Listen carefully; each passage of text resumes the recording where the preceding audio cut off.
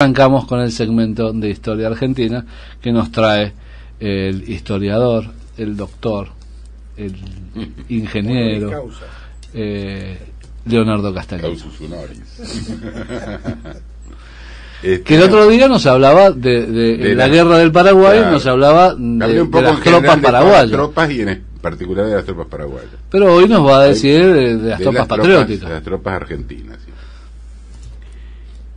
Cuando Mitre da a conocer, había escondido la declaración de guerra, sí, para pasar como país agredido. Cuando da a conocer la declaración de guerra, hace una declaración desde el balcón de la casa que dice: en 24 horas en los cuarteles, en 3 semanas en Corrientes y en 3 meses en Asunción. Pero lo cierto es que para junio ni siquiera habían salido en esos lapsos ni siquiera habían salido de Buenos Aires, porque recién en mayo, junio, en el Congreso argentino se dispuso formar un ejército nacional de 10.000 hombres, más 15.000 guardias nacionales, que en realidad los guardias nacionales estaban formados por jóvenes, por la población, digamos, jóvenes de 17 a 45 años, los solteros, los casados y hasta 50 los solteros.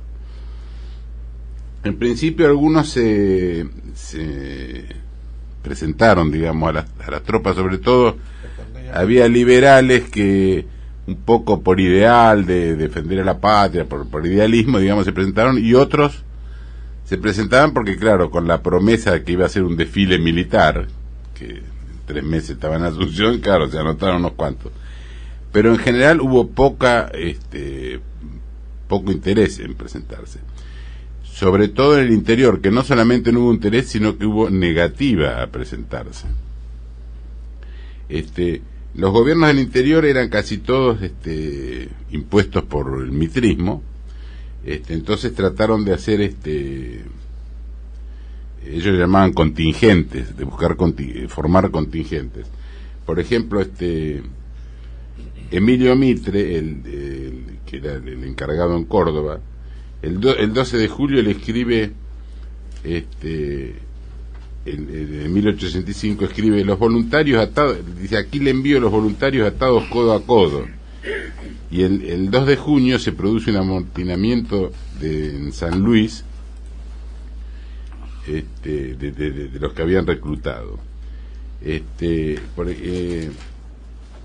Julio Campos era un gobernador que había sido impuesto tras la caída del Chacho Peñalosa, y también le informa Mitre el 12 de mayo: es muy difícil hacer sacar los hombres de la provincia en contingentes para el litoral, porque es tal el pánico que les inspira el contingente, que a la sola noticia que iba a sacarse se han ganado a la sierra, y no será chica la hazaña si consigo que salgan. Dice, la sola palabra contingente basta para introducir la alarma y despoblar pueblos enteros. Ojo, no era que no querían ir de cobardes, lo que pasa es que ellos se sentían más cercanos a Paraguay que a los porteños, y mucho menos a los brasileños. Incluso hubo un juez que denunciaba la actitud de cómo querían incorporar en los contingentes, y dice: se ponían guardias hasta en las puertas de las iglesias y de los templos para tomar a los hombres que iban a misa sin averiguar siquiera si estaban eximidos de la ley. Incluso denunciaba que iban mal vestidos y con hambre, y dice que el vecindario tenía que darles de comer, y dice: más parecían mendigos que soldados que van a combatir por el honor del pueblo argentino. En general hubo resistencia a la incorporación en todas las provincias, inclusive en Entre Ríos, que el pueblo siempre había seguido a Urquiza, a la primera voz de mando. Sin embargo, en esta oportunidad se negaba otra vez a presentarse. Incluso cuando Urquiza le dice a López Jordán, que era un general que era, digamos, lugarteniente de Urquiza le pide que reclute gente, López Jordán le escribe: usted nos llama para combatir al Paraguay, nunca general, ese es nuestro amigo. Llámenos para pelear a porteños y brasileños, estamos prontos. Esos son nuestros enemigos, oímos todavía los cañones de Paysandú. Estoy seguro del verdadero sentimiento del pueblo entrerriano. Y dice, oímos los cañones de Paysandú porque a fines del 64, principios del 65 habían bombardeado Paysandú y Urquiza no los dejaba cruzar para ir a defender a los uruguayos, de los cuales ellos se sentían hermanos, digamos, en contra de los brasileños. La cuestión que Urquiza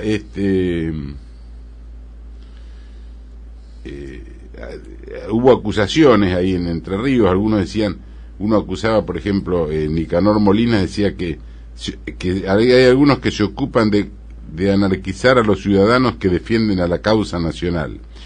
Urquiza logra juntar en 8.000 hombres en Calá, pero se le rebelan. En un momento Urquiza se traslada para tener una entrevista con Mitre, y la noticia corre como un reguero de pólvora y se sublevan.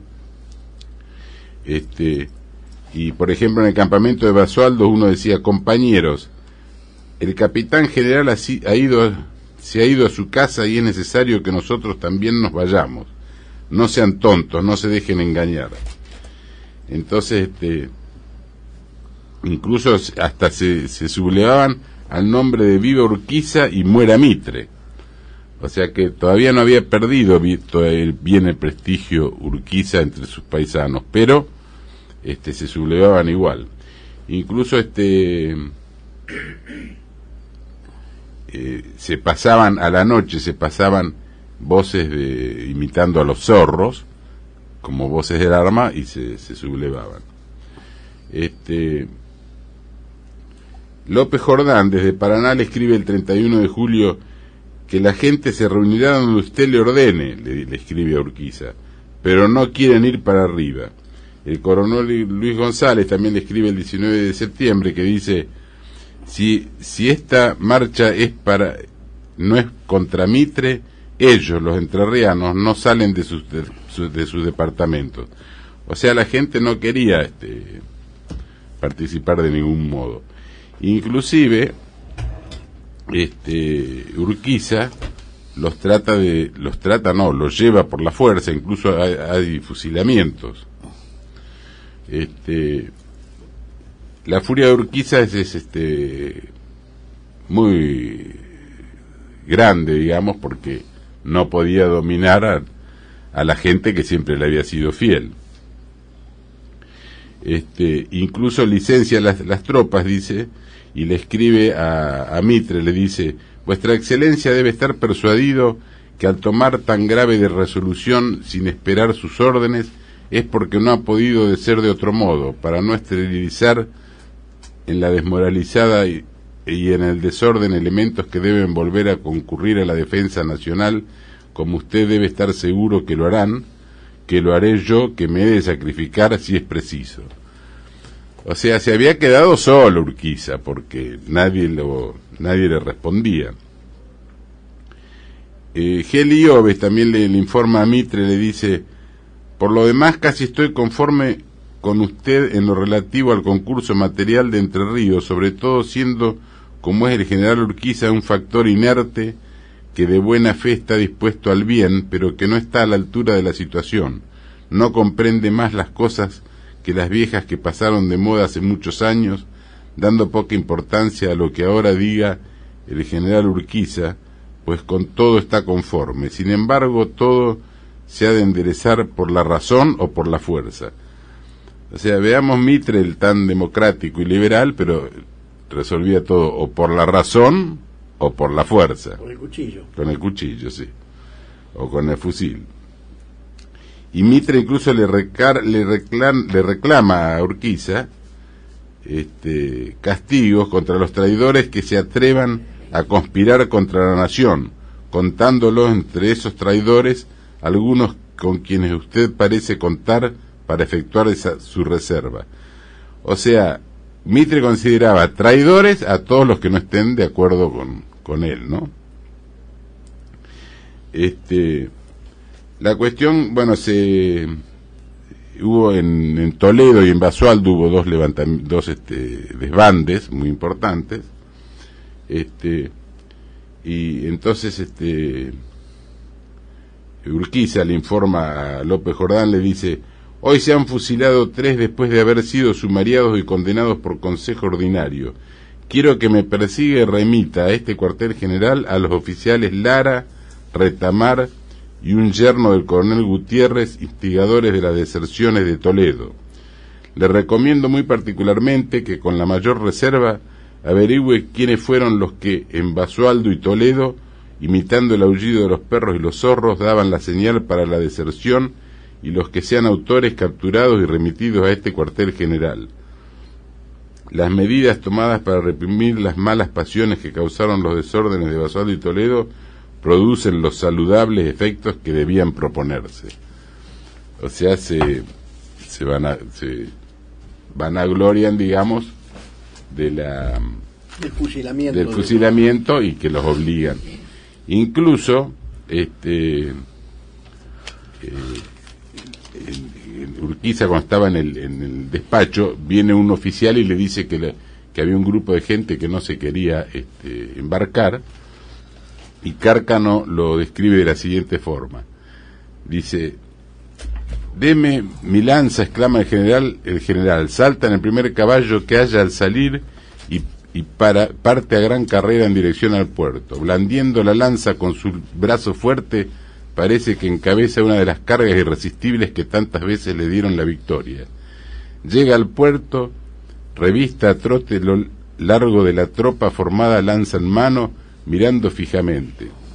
Detiene su caballo frente al portalón del barco y se oye su voz arrogante: comandante, ordene que se embarquen de uno en fondo.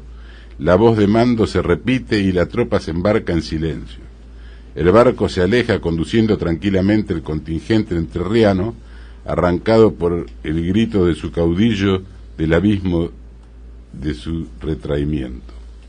Inclusive, después Mitre acusa a Recibo, le dice: llegó ya el comandante Pintos con una parte del contingente que envía usted, y de esa provincia, de conformidad con lo que usted me pide, disponga el regreso de la guardia que trajo al contingente.